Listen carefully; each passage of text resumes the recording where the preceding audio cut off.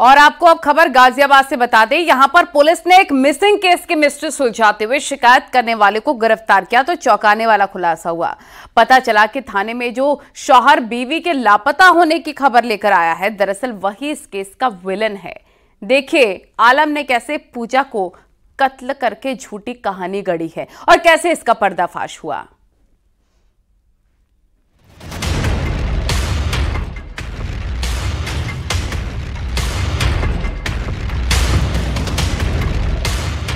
चार साल की मोहब्बत, 6 महीने पुराना निकाह, 3 मिनट में मर्डर।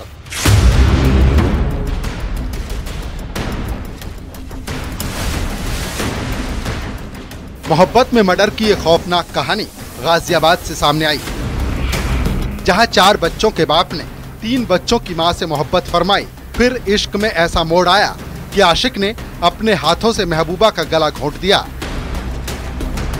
पूजा के कत्ल का खुलासा करते हुए अब पुलिस ने उसके शौहर आलम को गिरफ्तार किया है।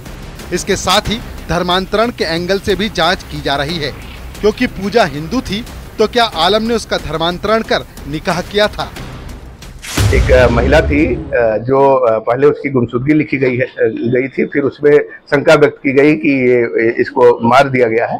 तत्काल अभियोग दर्ज किया गया और उसमें जो संदेही अभियुक्त था, जब उसको कब्जे में लेकर कड़ाई से पूछताछ की गई तो पूरा उसने उसकी हत्या करने की कहानी बताया है। उससे 5 साल पहले से प्रेम संबंध थे, फिर उससे शादी कर लिया था और वो ऑलरेडी शादीशुदा है और जो महिला थी वो भी शादीशुदा थी।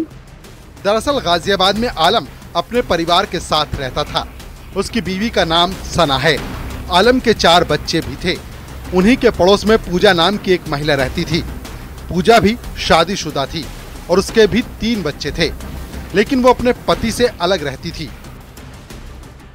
4 साल पहले आलम और पूजा की मुलाकात हुई थी। आलम पेशे से मोटर मैकेनिक था और दोनों आस पड़ोस में ही रहा करते थे। ये सिलसिला तकरीबन 4 साल तक चला। इस दौरान दोनों की नजदीकी भी बेहद बढ़ गई थी, जिसका पता आलम की पत्नी सना को भी चल गया था। बावजूद उसके आलम पूजा से निकाह करना चाहता था। पूजा और आलम ने करीब 6 महीने पहले निकाह भी कर लिया था। अब आलम बारी बारी से दोनों पत्नियों के साथ वक्त बिताता था। मोहब्बत की 2 नावों पर सवार आलम की कमाई का जरिया तो एक ही था। एक नौकरी से इतना पैसा नहीं मिलता था कि वो 2 घर चला सके। वक्त बीतता रहा, आलम की आर्थिक स्थिति खराब होती जा रही थी और यहीं से शुरू होती है मोहब्बत के खूनी अंत की साजिश।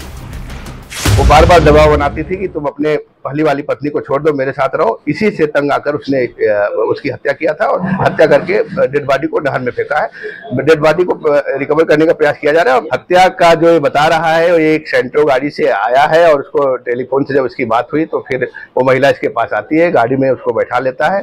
गाड़ी में भी इनका आपस में झगड़ा होता है। फिर नहर पटरी पर ले जाता है रात में सुनसान, और वहां पे उसकी चुन्नी से उसका गला घोट देता है और कहता है उसकी चुन्नी अभी भी गले में ही उसके होगी, और उसको फिर नहर पटरी से ही नहर में फेंक देता है। जब आलम के पास पैसों की किल्लत रहने लगी, तब वो पहली पत्नी के साथ ज्यादा वक्त बिताने लगा। ये बात पूजा को बर्दाश्त नहीं हो रही थी। पूजा लगातार उसे अपने साथ रहने का दबाव डालने लगी।